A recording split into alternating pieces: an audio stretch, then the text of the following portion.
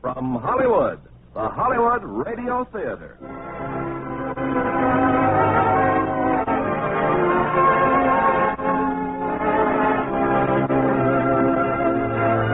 Starring Susan Hayward, David Wayne, Rory Calhoun, Thelma Ritter, Robert Wagner, and Jane Froman, recorded voice in With a Song in My Heart. Ladies and gentlemen, your producer, Mr. Irving Cummings.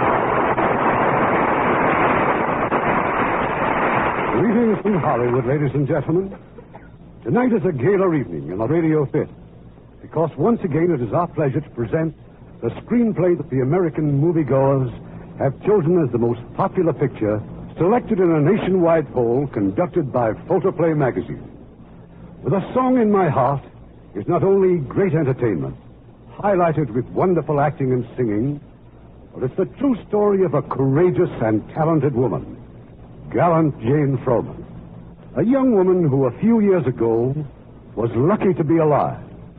But just a few weeks ago, we witnessed a modern miracle.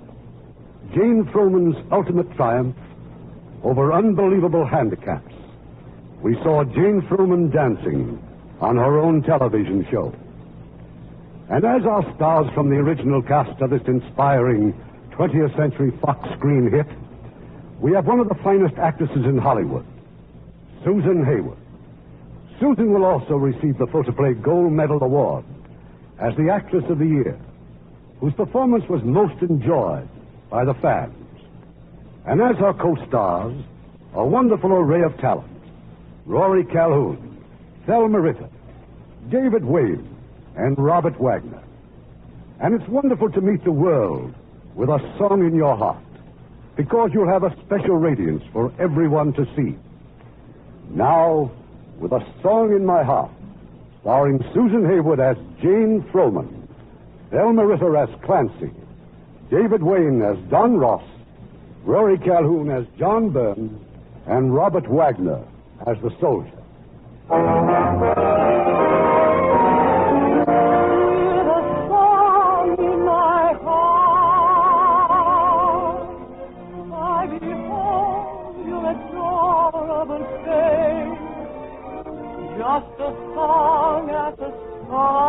Several years ago, at a radio station in Cincinnati, a girl named Jane Froman was reporting for an audition, and as always, in a terrible hurry. There was a man alone in the studio. Naturally, Jane assumed he was the director, waiting to listen to her. Good morning. I'm sorry I'm late, but there was a terrible traffic jam. There was? I didn't know. I'm Jane Froman. Paul Whiteman spoke to you about me, remember? Paul Whiteman? Yes. I have his card here somewhere. Here it is. He wrote something on the back of it. Apparently he thinks you're pretty good. Well, what experience have you had? Well, I've sung once with the Cincinnati Symphony, and last month at one of Mrs. Taft's teas. Mrs. Robert Taft's teas? Uh-huh. And before that at the Grand Central Theater in St. Louis. I was billed as the blues-singing co-ed from Missouri U. You don't say. Well, what would you like to sing for me? Well, I brought several things along. Let's see. Do you know this one? Oh, you can accompany me? Well, in my own humble way. Ready? Okay, let's go. I saw you last night and got that old feeling when you came inside. Pardon me, your hands, the gestures. May I ask what this is all about? Well, I understood you're looking for a hot singer. Miss Froman, you're a very nice-looking young lady. For all I know, you may even have a good voice. But in show business, you've got to have a lot more. You've got to know how to walk, how to smile, what to do with your hands. Well, just now I thought you were... Look, you're singing a song, not waving to a bunch of immigrants on Ellis Island. I'm sorry. May I try it again? Only if you sing it right, and not the way you think somebody else might like it, okay? Okay. From the heart.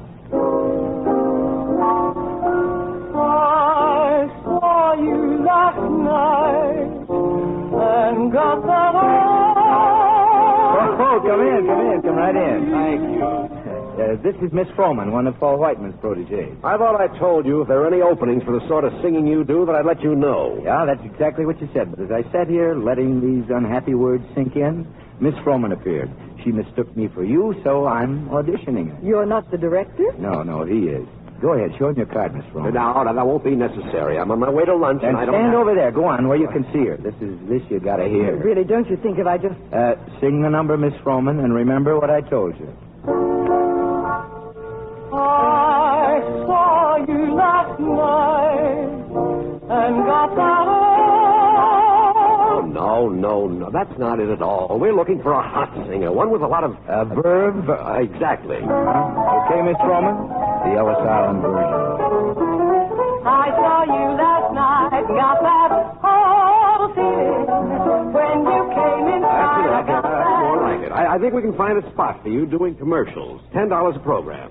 $10? Well, if you don't want it, just say so. Oh, but I do want it. Very much. All right, then be in my office tomorrow at 10 o'clock. We'll start you out on Jim's Toasty Peanuts. No, brother. By the way... yes, sir? I seem to have forgotten your name. John Ross. Yes. Well, this piano is for studio use only. Our studio, not yours. Yes, sir. Goodbye, Miss Froman. Goodbye. Oh, and thank you. You sort me? Why, no. Should I be? Well, after all, I almost lost the job for you. Yes. But then, of course, you're right. He's wrong. How's that again, man? Give me credit for having a little sense, Mr. Ross. Besides, now that I've got the job, I'll sing my way. Excuse me, your way.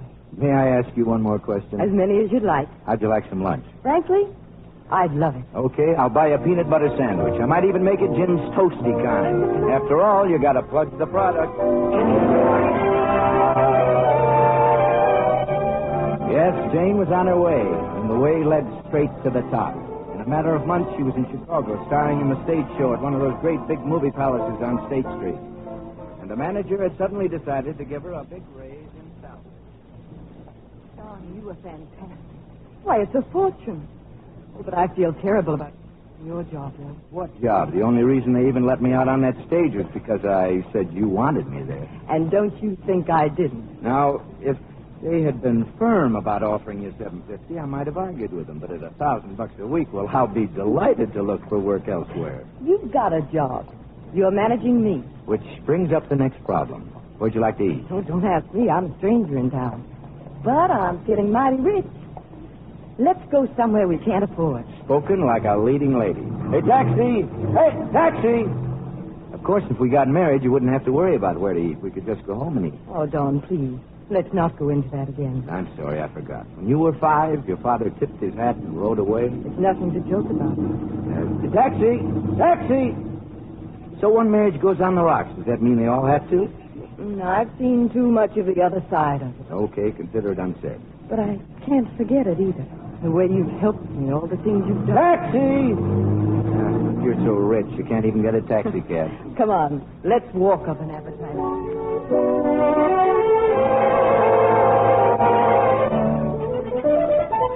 After Chicago, Jane had only one place to go, New York, the capital of show business. From her first performance, Jane was in. Meanwhile, what about me? Well, I'll bite. What about me? Oh, I managed a few jobs here and there, even a trip to Hollywood for a movie test.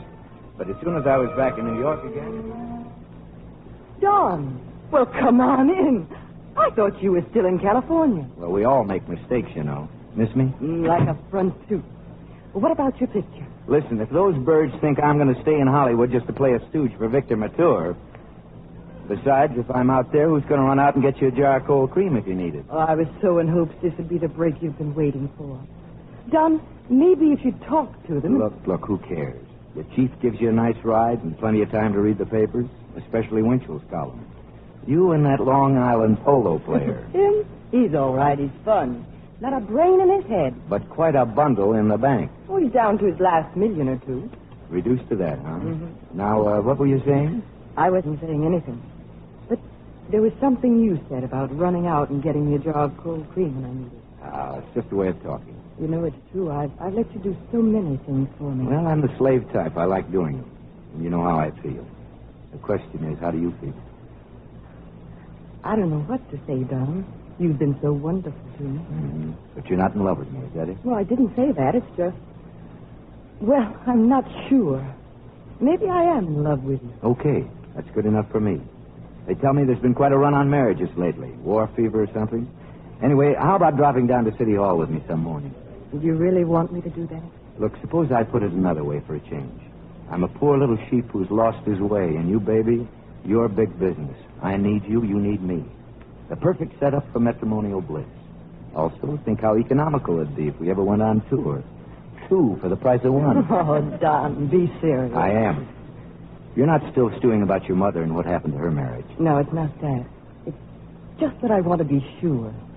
Maybe this is a silly thing to say, but I want a home, Don. A real home. Well, now, what do you call this? A shanty, an old shanty town? I don't mean just a house. Look, if it'll relieve your mind, I'll give you my word that as cook, dishwasher, lover boy, I'll be strictly Phi Beta Kappa. What more could you wish for than that? I can't think of a single thing, Mr. Ross. Then the answer's yes? The answer is yes.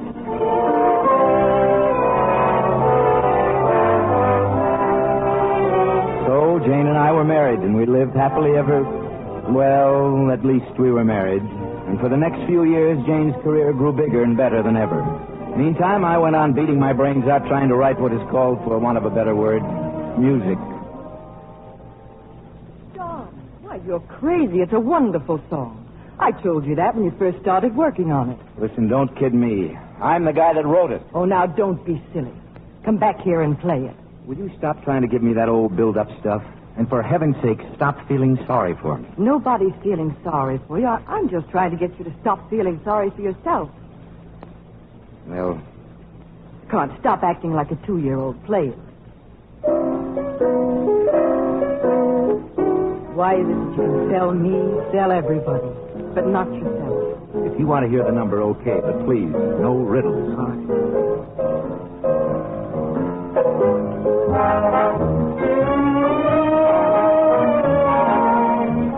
A few nights later, Jane sang my number at the nightclub. When she came back to the dressing room... Well, you see, what did I tell you? Nothing I didn't already know. But the song went wonderfully. You heard the applause. Sure, they applauded. You could sing a nursery rhyme, baby, and they'd applaud, but... Oh, I'm really cooked. What's Froman trying to do? Make a songwriter out of her husband? Can't he find anybody else to sing his tripe? I'm sorry. I was only trying to help. Sure you were. But don't you see what you're really doing is killing me? Look, Don, nobody can write anything good feeling the way you do. Why don't you try something else for a while? I thought I'd get around to that. Maybe I should get out of show business altogether. I didn't mean that. You know I didn't. Okay, what did you mean? Just that you should stop worrying about me and think about your own career. What career? Vaudeville? It doesn't exist anymore. Well, there are plenty of jobs a man with your experience can do. I suppose you call managing you nothing. Of course it's something. It's terribly important, but if it's going to make you unhappy and jealous and... Jealous? Well, now, that's a new one. You seem to have forgotten that the first time I saw you, you didn't even know how to use your... Please, Don. It always ends up in the same old argument. As you say, what's the use? Don, look. I know it isn't easy for you. It isn't easy for any man being married to a woman in the spotlight. Why don't I give it up? Are you crazy? Well, if it's going to spoil our marriage, it just isn't worth it. Not to me, anyway. Let's start all over again and concentrate on you for a change. No, thanks. Nobody's going to make that kind of a sacrifice for me. Good night. Where are you going? Out. Aren't you going to take me home? You've got another show to do. But I may be back, maybe not. Who can tell? Well, what do you want? Sorry, Mr. Ross. 5 minutes, Miss Froman. I'll be out there, Eddie. Sure she'd be out there. Jane never missed. And each time, better than ever.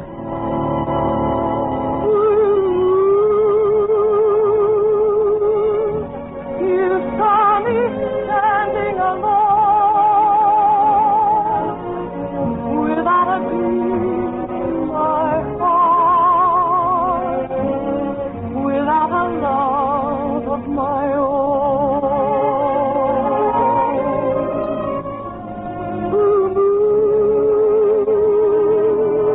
You knew just what I was there for. You heard me saying a prayer for someone I really could care for. And then there suddenly appeared before me the only one my arms will ever hold. I heard somebody whispers, please adore me. And when I look, the moon I turn to gold.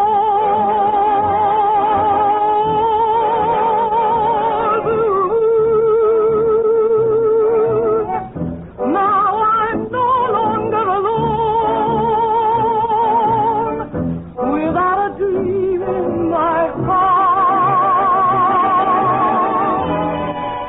without a love of my own.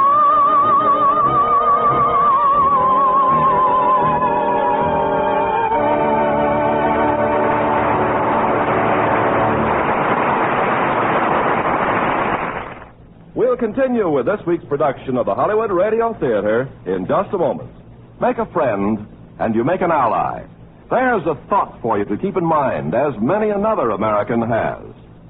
In 1864, Clara Barton gave up a successful job in the patent office in Washington and devoted the rest of her life to bringing physical and mental aid to the wounded and dying on the battlefield. At first, it was the soldiers of the American Civil War. But when the war ended, she was forced to go abroad to recuperate from nervous exhaustion.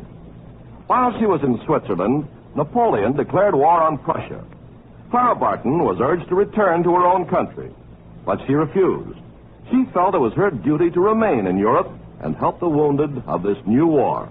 It didn't make any difference to her if they were French or Prussian. She didn't ask the nationality of the sufferer when she stopped the flow of blood from a soldier's wound. In spite of many inconveniences and hardships, she traveled across the rugged German countryside to reach the Prussian front lines. But there she was told that the only way she could be allowed into a front-line camp would be as a prisoner of war. Clara Barton agreed, and as a prisoner until the end of the war, she continued to do her work with the wounded Prussian soldiers. After the war, she remained in Europe to help the defeated French. When she sailed for home in 1873, grateful Europeans bestowed on her many medals of honor, including the Gold Cross of Remembrance, the Jewel of the Red Cross, and the Iron Cross of Merit. Once again, an unselfish American had discovered that by helping others, you help your country. Now, our producer, Mr. Cummings. Act 2 of With a Song in My Heart, starring Susan Hayward as Jane Froman, David Wayne as Don Ross, Rory Calhoun as John Byrne, Thelma Ritter as Clancy, and Robert Wagner as the soldier.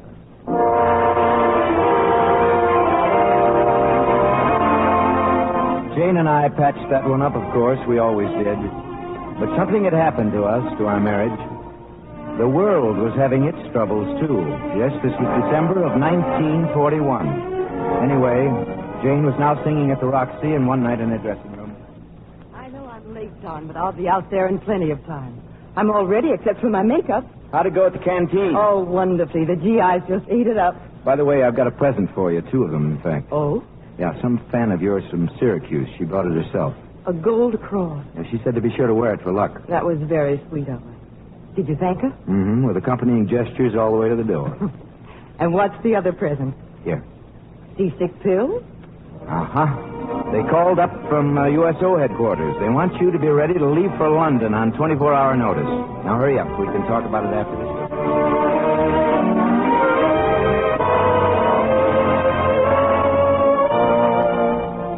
It was at this precise moment that I entered the story. My name, John Byrne. Occupation, commercial airlines pilot.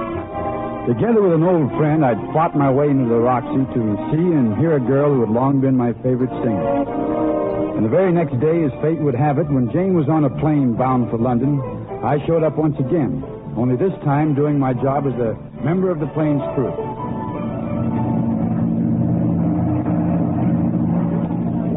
Ladies and gentlemen, on behalf of the crew, I want to welcome you aboard.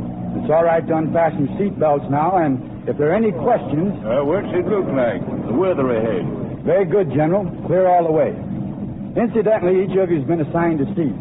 We'll appreciate it if you occupy the same seat on all takeoffs and landings. I've forgotten why, but the company prefers it that way. Now, if there's anything we can do, please let us know.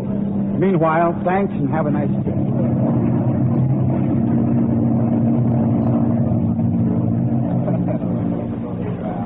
The Flight was strictly routine. The passengers happy, the ship on her best behavior. We're over Portugal now, and it was time for me to make another little speech. I hate to break this up, ladies and gentlemen, but we're now approaching Lisbon. We'll land on the Tagus River in exactly 3 minutes. So take your seats, please, and fasten your seatbelts. And no smoking. It'll take me 3 minutes to get my face on. Hold this, will you, Jane? Oh, sure. I hope we get a chance to see something of Lisbon. I hear it's a beautiful city. Oh, my goodness. I'm in the wrong seat again. Oh, that doesn't matter. I'll take yours. Oh, but the co-pilot, that Mr. Byrne, he told us to occupy the same seat on all takeoffs and landings. What possible difference can it make whether Jane Froman sits there or Jennifer Marsh? To them, we're just seat numbers anyhow. Yes, I guess you're right. I can't imagine what I was thinking of.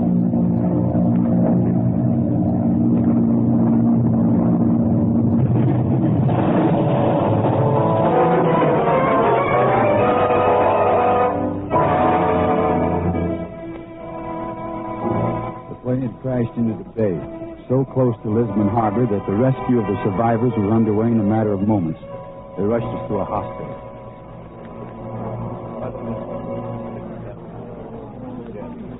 I was lying on a cot next to Jane. At the time, I was too dazed to know what was going on. But later, when the doctor came back to us... General, the nurse tells me that you wish to know the truth. Yes. I want to know. Your right leg is almost severed below the knee. It's a compound fracture, Senor. There are also 3 broken ribs and a crushed left ankle. It may be necessary to amputate your right leg. Doctor. Yes. If you do decide to amputate, would you please tell me first? I will tell you, Senor. Nurse, get her ready for surgery. Yes, Doctor. Nurse, what were they saying about him before? Him who? Over there, the co-pilot, Mr. Byrne. Nothing. Nothing at all. Just a lot of Portuguese double talk. They don't think he has much chance, do they? Where'd you get that idea? He's fine. Now relax, kid. I got to give you another shot.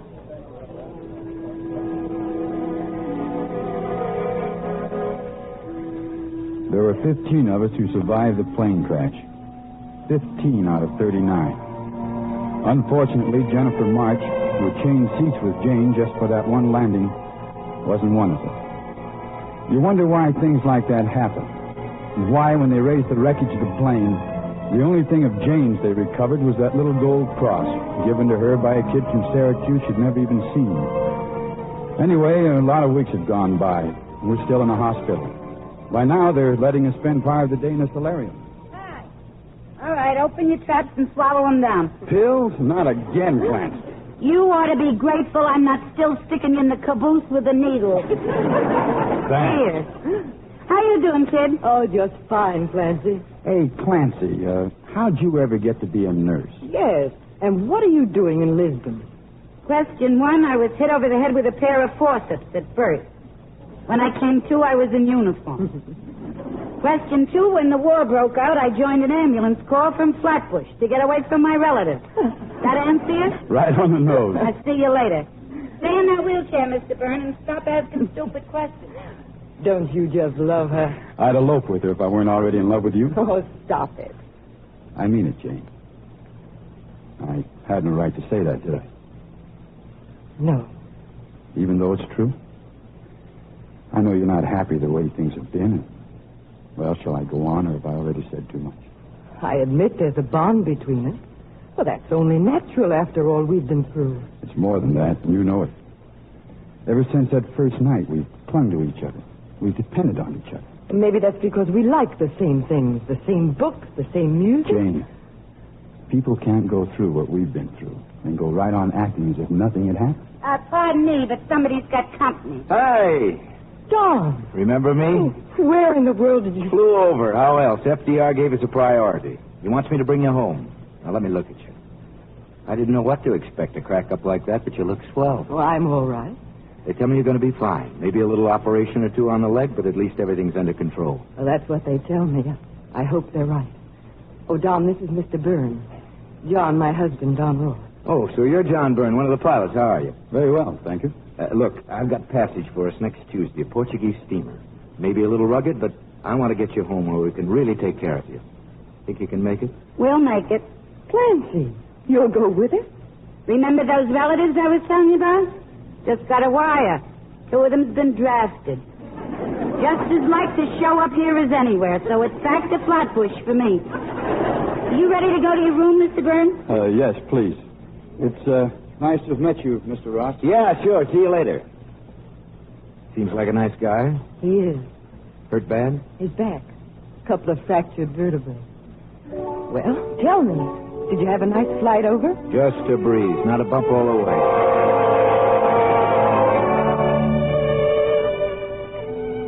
I guess it's my turn now to horn in on the story.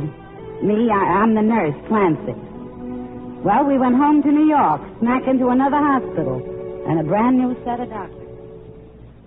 Well, Doctor, what did those x-rays tell you? Yes. Am I still photogenic?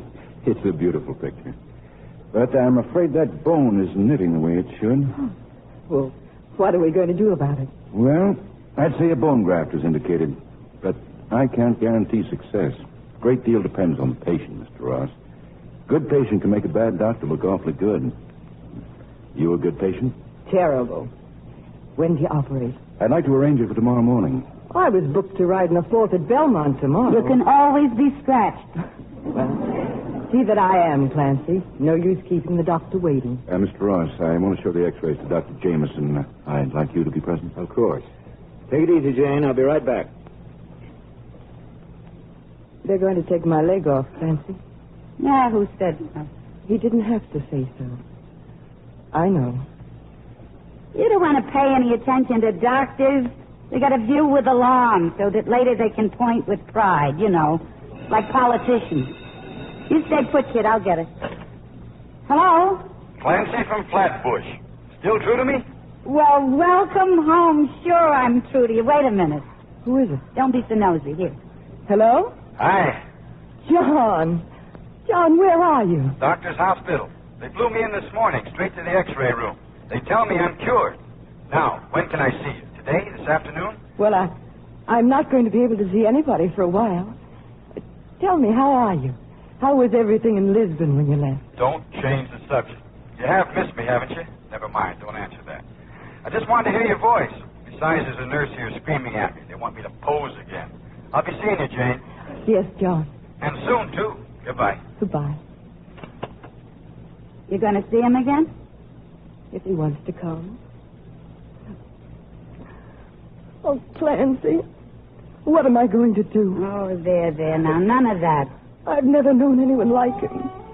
When he's with me, I don't even hurt as much. I know. I don't want to hurt Tom, but for the first time in my life, I'm really in love. I tried not to think about him. I keep telling myself that nothing will come of it. But I need him, and I want to see him. Oh, Clancy, what should I do? Well, the first thing you should do is stop acting like a female. When you're through with all this, you'll have plenty of time to decide. But right now, let's do what the doctor said, huh? Give him a break, right? Right. That's my girl.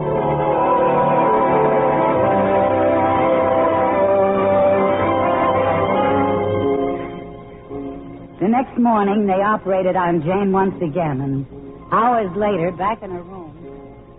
Nancy? I'm here, honey. Now, you go back to sleep. Rest is what you need. Nancy. How do you feel, kid? Still a little woozy? Huh? My leg. Don't worry, kid. It's still here. Oh.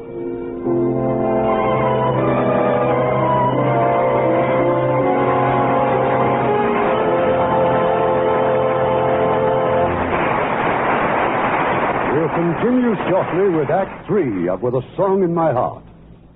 Make a friend, and you make an ally.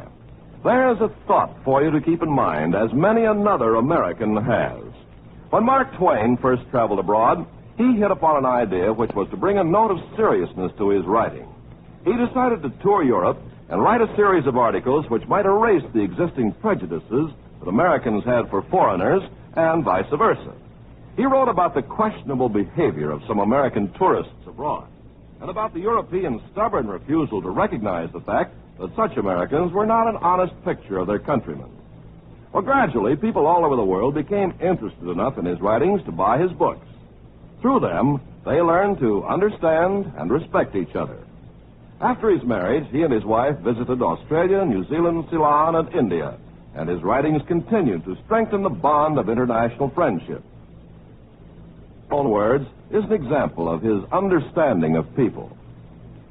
I came to England, he once wrote, with the intention of writing a devastating satire on your form of life.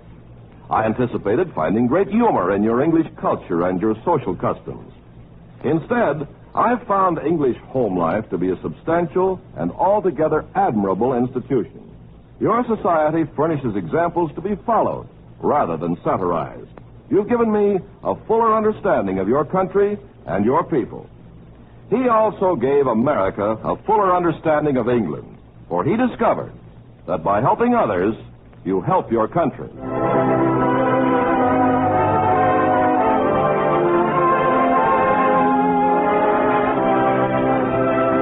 pause now for station identification.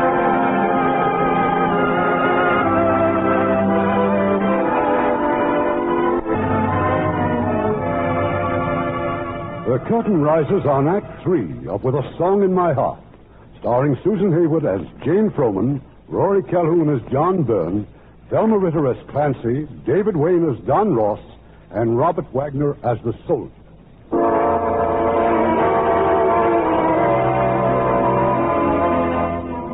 Yes, Jane still had her leg after that operation, and her heart and her courage, and that's why some months later she was back again on the stage. The show was Artists and Models.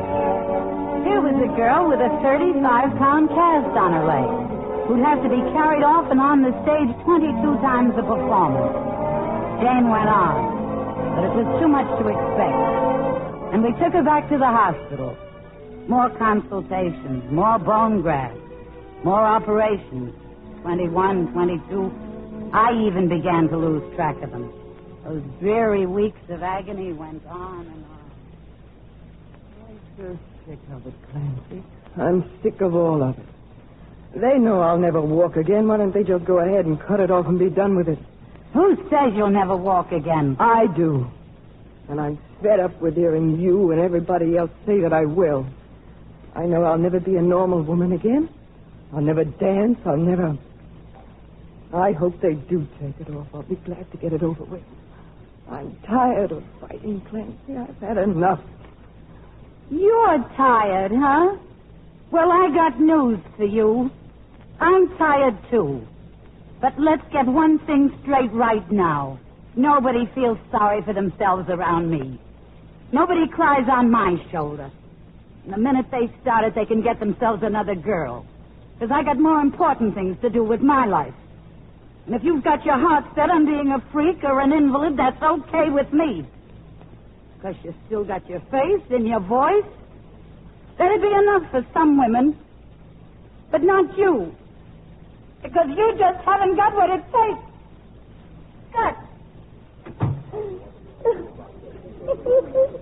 What's the matter with you, Clancy? Shut up before I knock your block off.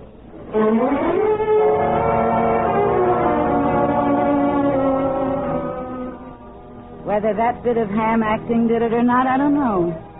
But we didn't have any more of that kind of talk. And in fact, as soon as the doctors gave the word, Jane was right in there pitching again. You see, it costs a lot of money to be sick, so it was work or else. Darling, you know I never like to be out front before a show, even in a nightclub. What's the matter, superstitious? I'm afraid it might spoil the illusion if they see me in a wheelchair or on crutches. Sorry, but I thought this would be a good chance to talk here in public where we can't go emotional.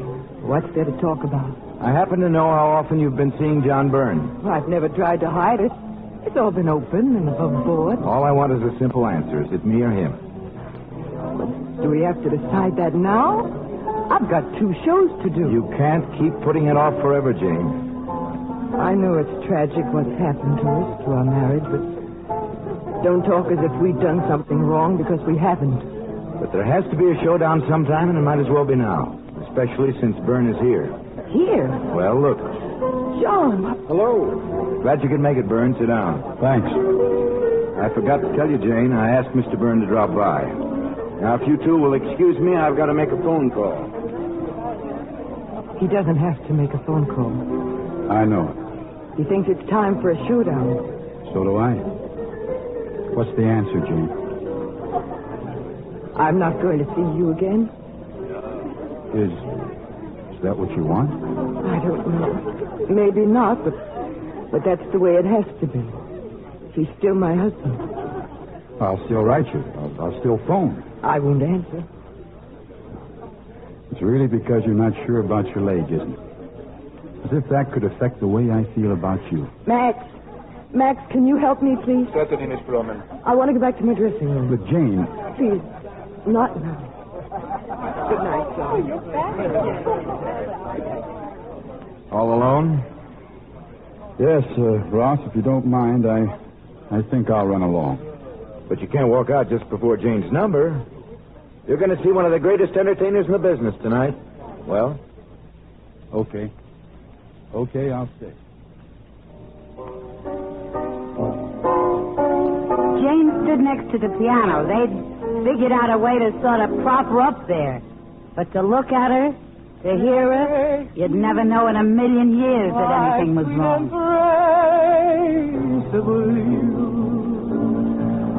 Embrace me, you irreplaceable you. Just one look at you, my heart beats gypsy in me. You and you alone bring out the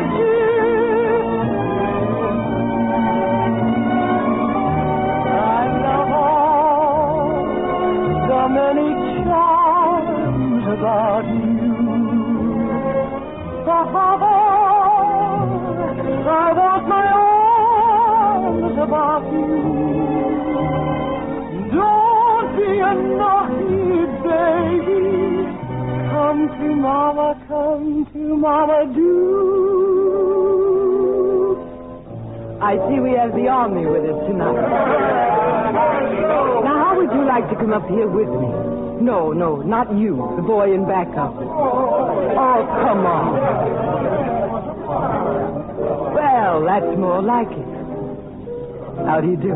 Hello. Ah, you're good looking. You going steady? Well, you are from now on. You know, you're a very brave man to come up here. Tell that to my sergeant there. Come a little closer. And don't be bashful. Tell me, can you sing, too? Not me. Well, can't you even hum a little? I'm afraid not. All right. But if you change your mind, you just join right in. Okay? Yeah, I guess so. All right. Here we go. I love all the many charms about you. Above all, I want my arms about you. What's the matter, soldier? Still nervous? My hands. I don't know what to do with my hands. Just put them around my waist, and I'll know where they are. Naughty baby, come to mama,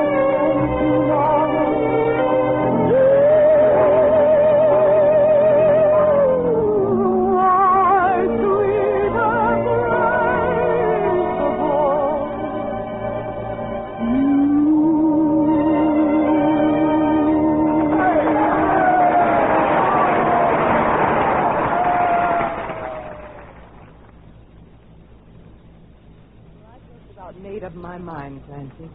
Now, what about you? How'd you like to go overseas against the USO? About as much as I'd like to get kicked in the head by a mule. Well, of course, the Army might think it's too great a nuisance carting me around, but I'm certainly no good to myself or anyone else here. Maybe I could do a little good over there. And what about Buster? Don? It should be released to him. And how about the wild blue yonder? Now, Clancy, You know just as well as I do that as long as there's a chance I might lose this leg, I can't even... Look, now, this has got nothing to do with you understand? But did you ever think how nice it would be for a dame if she could forget about how she looked for a change? You know, just sit back and relax and say to herself, you know, maybe there was something else this guy married me for. Like maybe he was in love with me. Or maybe he admired my spirit or something. Oh, Clancy, you're wonderful. Hand me those pogo sticks. Where are you crutching off to? To tell Don. Need any help? Nope. Oh, and call Mr. Soon at the USO, will you? Ask him to come right over.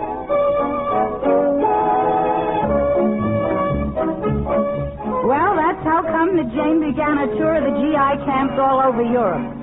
The voice and the crutches. 30,000 miles in 7 different countries. And one day, in one of the hospital wards... They're either too young or too old. They're either too gray or too grassy green. The pickings are poor and the crop is lean. What's good is in the army. What's left will never harm me. They're either too old or too young. So, darling, you'll never get sore. Tomorrow I'll go hiking with that Eagle Scout unless I get a call from Grandpa for a snappy game of chess.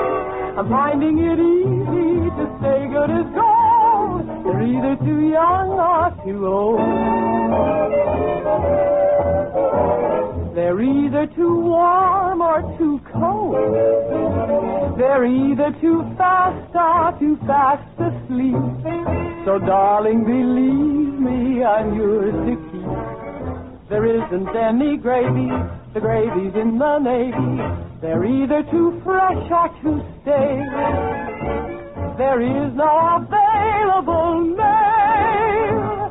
I will confess to one romance I'm sure you will allow. He tries to serenade me, but his voice is changing now. I'm finding it easy to keep things controlled. They're either too young or too old.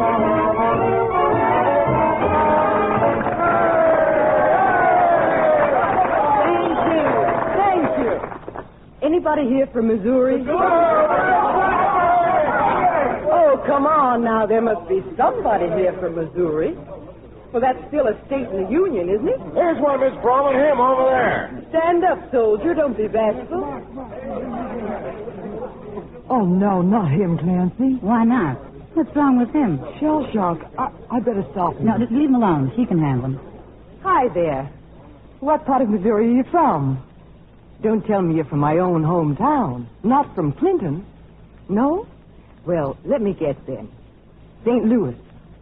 Independent. All right, I give up. You tell me. Charlottesville. Charlottesville, Missouri? Virginia. Oh, Charlottesville, Virginia. Well, that's close enough to Missouri for me. I suppose all the girls say this, but haven't I seen you someplace before? Yes. Where? La Riviera Club, New York. Why, of course. Embraceable you. Why, we did half the act together. How would you like me to sing something now, just for you? You would? All right, you name it. I'll walk alone. I love that song. It's one of my favorites. I can't believe it, Clancy. That boy hasn't spoken 10 words since he came here. I'll walk alone because to tell you the truth, I'll be lonely. I don't mind being lonely when my heart tells me I've only I'll walk alone. They'll ask me why, and I'll tell them I'd rather. There are dreams I must gather. Dreams we fashioned and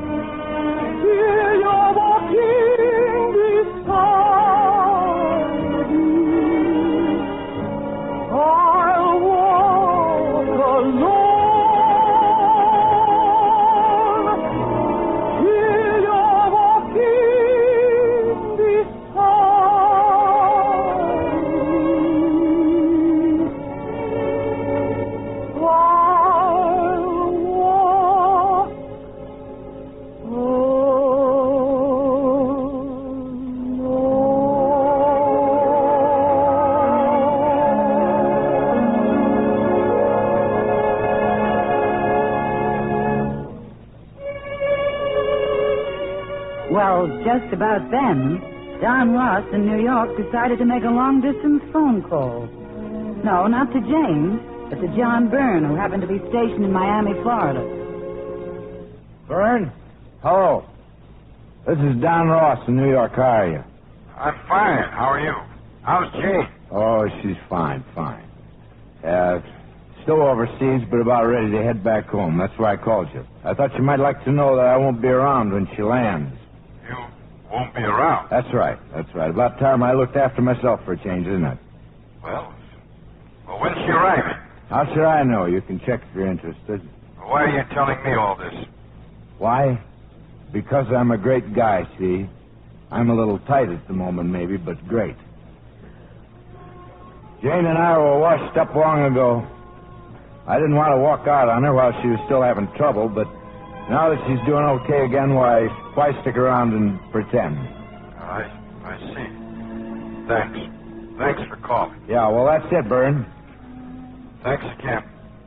Bye.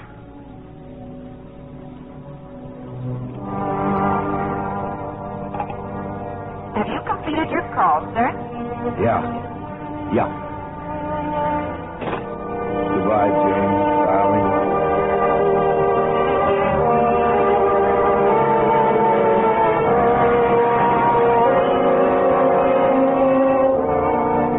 Before Jane came home from Europe, a lot of those wounded GIs threw a big party for her. A cake with candles and everything. Oh, it was quite an occasion. Yeah, well, go on.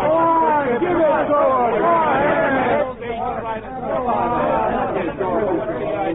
All right, now cut it out. Miss Froman, I ain't going to make no speech, but, well, you're going home tomorrow, and us guys want to tell you just one thing. Well, we want to thank you for coming over. It sure meant a lot to us. And anyhow, this cake, it's for you.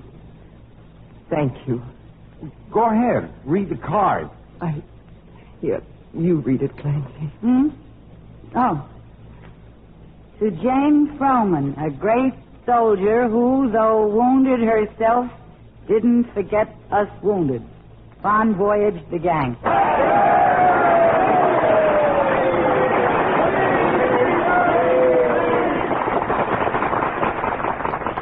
Men, there'll never be another night like this. With all my heart, thank you.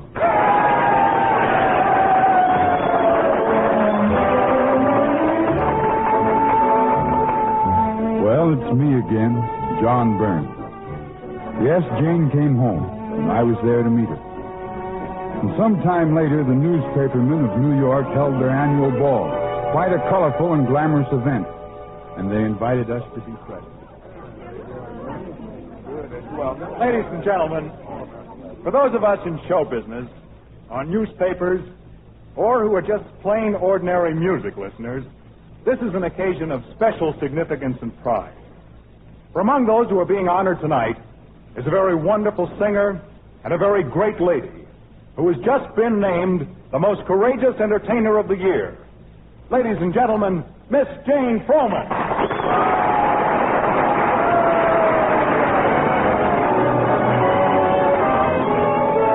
With a song in my heart, I behold your adorable face. Just a song at the start, but it soon is a hymn to your grace. When the music swells, I'm touching your hand. It tells me you're standing near.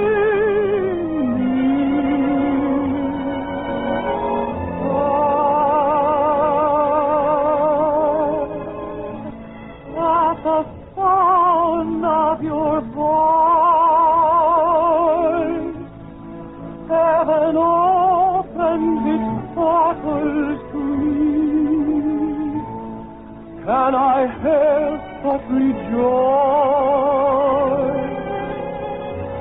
that a song such as ours came to thee, but I always knew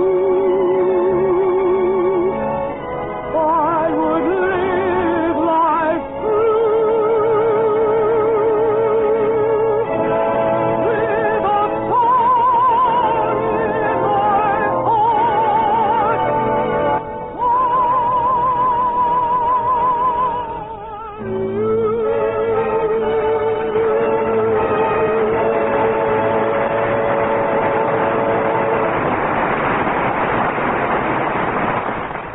In a moment, our stars will return.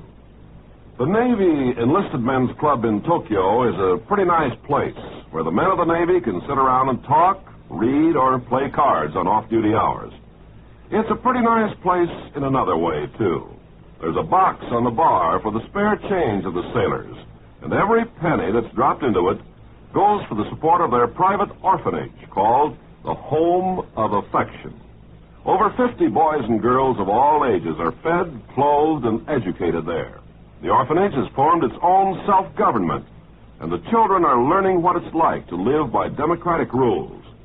With the help of the enlisted men of our Navy, they're meeting the world with a new hope, a new dignity and pride. Such acts by you and your friends today are shaping our world of tomorrow. Now, Mr. Cummings with our stars. And here they are to receive our congratulations. Susan Hayward, Thelma Ritter, David Wayne, Rory Calhoun, and Robert Wagner.